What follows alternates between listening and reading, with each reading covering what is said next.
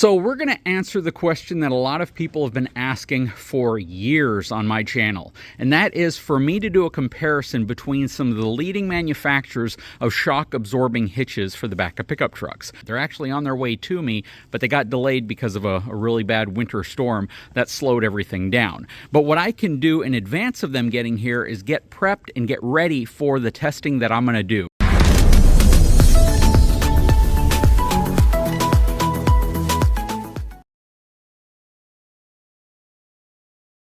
So one of the first things I have to do is I have to get my Celoton scale out. This is my platform scale, so I can weigh things all the way up to 10,000 pounds. We're gonna get this pulled out and positioned so we can start kind of evaluating how much weight we're gonna be playing around with for these shock absorbing hitches.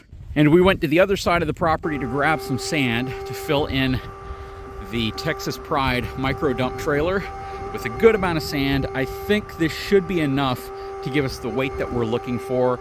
Honestly, I don't know how much this all weighs, but we'll find out as we load the bags up to determine if this is going to be appropriate for the type of testing we plan on doing. And which trailer are we going to be using? Well, it's going to be the ultra heavy duty overbuilt 14-foot utility trailer that I have. The reason for it is this has a 16,000 pound weight rating to it. It is a very, very heavy duty trailer, has a 10-inch C-channel A-frame up front. We have a 20,000 pound rated Demco easy latch coupler on it. And the reason why we're going to be using this is because of how we're actually going to do the testing, so it makes the most sense and we can adequately transfer the amount of weight to those specific suspension hitches to make sure that the suspension component in them is going to be functioning properly. Because believe it or not, with some hitches, if you don't transfer enough weight to them, then you're really not going to get any effect from the suspension portion of it, because you're not going to have enough weight to actually cause that part to start moving. So this is going to be the best trailer for that. But before you guys ask me why I'm not just using a dump trailer where I can just put sand in different areas, let me answer that question. The reason why we're not using this dump trailer is mainly because whenever we're talking about a dump trailer with just sand in the back, you're constantly going to have that sand shifting, moving, and it's going to be a pain in the butt to dial it in exactly where we want it. So we're actually going to go a step above and beyond and do something a little different. And I certainly don't think the tiny caravan trailer would be applicable for this test at all, unless we just wanted to load the entire thing onto the tongue of one of the other trailers, but we're not going to do that. But what we are doing is definitely going to involve the John Deere 50G mini excavator and the bad boy tractor. Boy, video really makes this thing look a lot smaller than it actually is. But in front of you is a bulk material bag. This bag right here is actually rated to carry up to 3,300 pounds worth of material. These were the highest reviewed ones that I could find on Amazon, and they were kind of affordable, about $45 to $50 each. They have a 3-year direct UV light rating, which means I can load this full of stuff and they can literally sit in the hot Texas UV sun and last 3 years, hopefully, because I want to get as much testing out of these bags as possible. But again, these bags can hold 3,300 pounds worth of material. Now, we're probably not going to load each one up to that, just because if you've watched my channel long enough, you know that I don't like living at capacity. I'd rather have overkill. So we're going to try to load these up to about maybe 2,500 pounds. We're going to stay under what the maximum rating of the bags are. And this is going to take a very, very specific effort from both the bad boy tractor as well as the mini excavator. So let me show you what the plan is. So the goal here is that the bag's loops are going to be over the forks on the tractor. The bottom of the bag will be sitting on the Celoton scale. We'll have everything zeroed out in that configuration.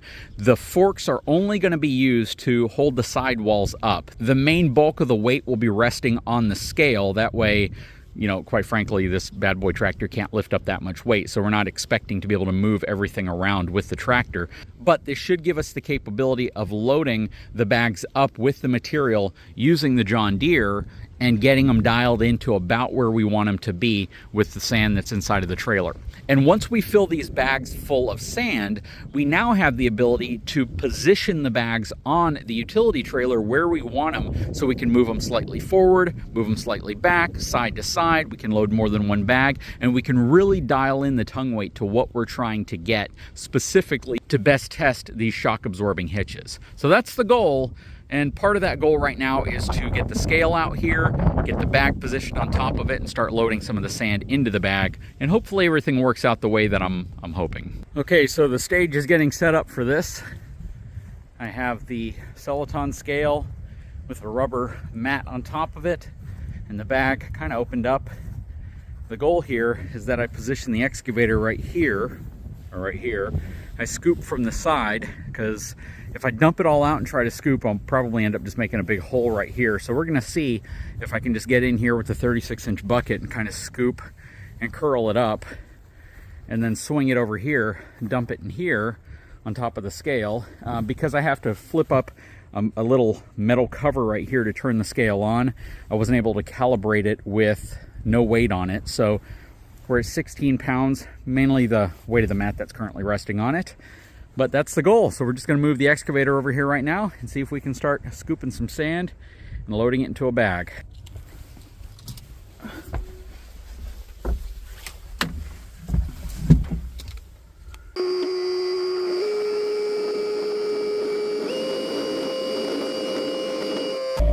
Right now I'm just kind of seeing if everything will even fit in the bag when I do this. I'm gonna go grab the scale real quick and move it to a better spot, or the display.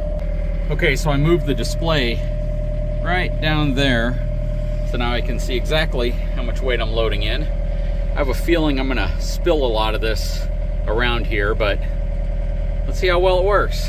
I could put the smaller bucket on. The problem is the smaller bucket has teeth on it, and it's not gonna scoop as efficiently. So, well, we can always move things around if it doesn't work.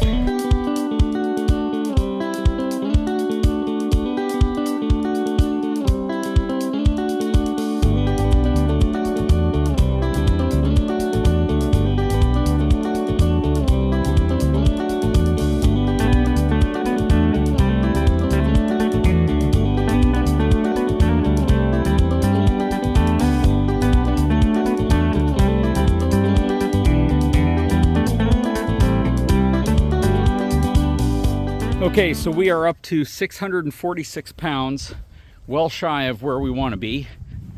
We have a lot of space left in the bags, and there's really not a heck of a lot of weight that's being transferred to the tractor right now, because I can pull these off very easily. So the majority of the weight is resting on the scale, thankfully.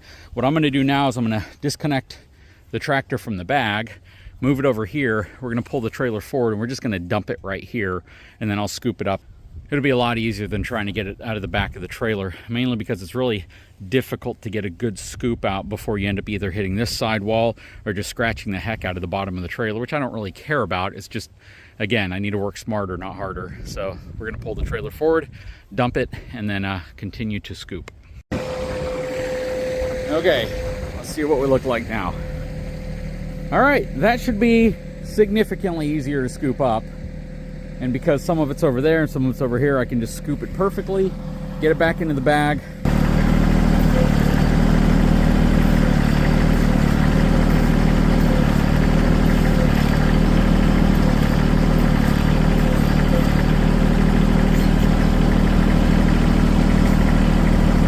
Okay, so believe it or not, the tractor can actually lift this weight, which is a little more than I thought it would be able to. Well, 600 and something pounds isn't more than I thought, but judging by how much sand it looked like was in the bag, seemed like it'd be too heavy. That said, we're going to get some of this material out of the way. And the bags may be, I don't know, looks like it's probably about a third full, but I bet it holds a lot more than that. Let's find out.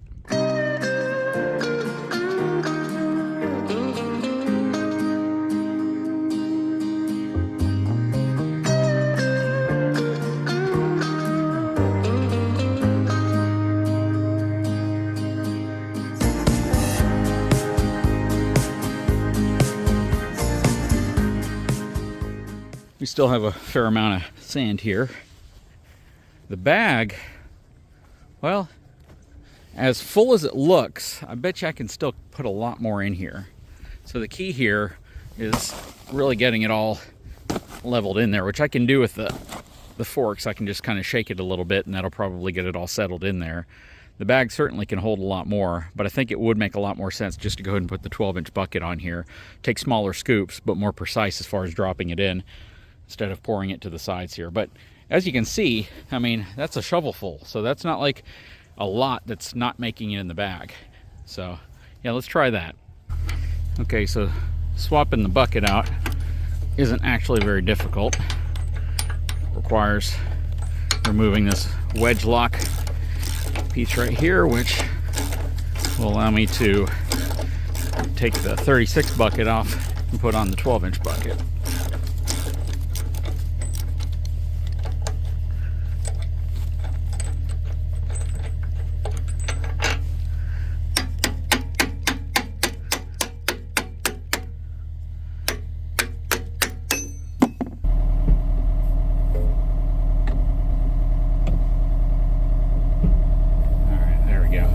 And a question I have of those of you more experienced operators is, if you look at this John Deere system with this wedge lock right here, which locks in place to hold the bucket on, it originally comes with 2 pins that go in here. And the first time I used the tractor, one of the pins came out. And I'm assuming most people, and again, this is a question to you who operate these things a lot and use the same type of quick release, if you just take the pins out and don't use them anyways and just stick with the bolt. Because yeah, I took the pins out after the first time one came out and just decided to just use the bolt. But leave a comment below if you operate one of these John Deere mini excavators, or I guess any excavator that has a similar setup. What do you do?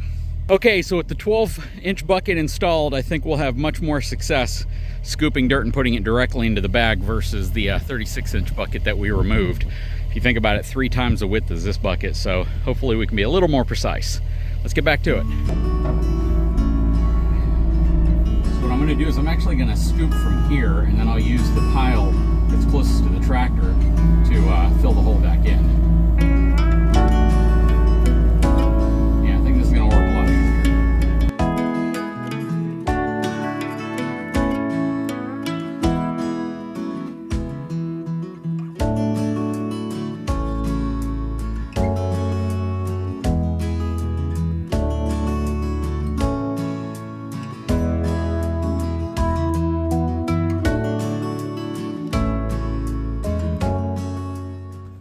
Okay, so we are talking over 5 feet worth of dirt that I put in this bag. This bag's like 44 inches by 44 inches, so it is a very, very large bag. That comes off real easily. I'm going to see if I can get the forks out, which shouldn't be any problem at all. There's definitely weight on them, but it's not that much. If anything, the tractor was just used to keep the bag upright. The weight is really resting all on the scale, which is good because that gives me more accurate reading. The mat definitely kept a lot of the sand from getting into the components of the scale, which is really nice. Let's go ahead and get it off. Let's drop the forks down.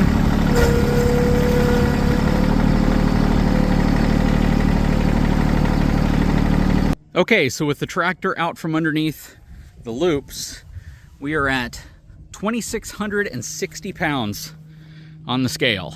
So it's over a ton, and that should be enough for what we're trying to do, especially if I take that ginormous bag of sand and I place it on the front of one of the trailers. I think that we'll be in really good shape to do the type of testing we need to do to make this suspension hitch video really shine and make sure that we have the right amount of tongue weight on those hitches to ensure that the suspension characteristics are working properly.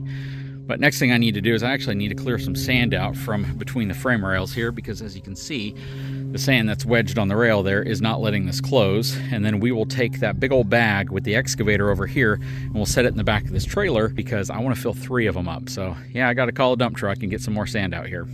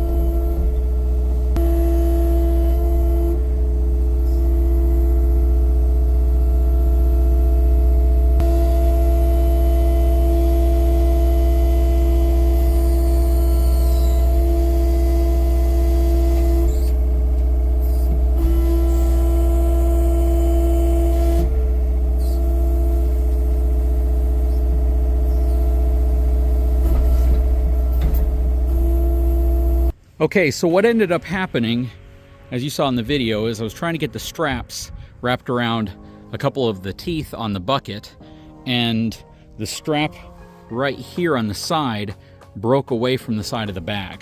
The strap is still intact, and I was able to move it as you saw, but I had to reposition everything and put it in a way to where it'd still be able to manage the load. You know, using the bucket to kind of get everything upright again, and then hooking it up and then using chains worked out. But yeah, it's kind of those weird situations where you gotta be super careful, because you can easily hurt yourself doing a simple project like moving dirt. Anyways, guys, I sure hope you enjoyed this video. We will have more content on this. I just wanted to get you kind of up to speed with what my testing material is going to be to get the tongue weight up on some of these trailers, so we can properly utilize the suspension hitches and show you how they articulate with weight. But what do you guys think? You know, pretty cool. And, you know, just in case some of you are asking why don't you just hook an RV or things like that up to it, is because very few RVs are going to have the tongue weight necessary specifically for the Gen Y Boss hitch to function the way it needs to function. Unless you get like the lightest duty version of it.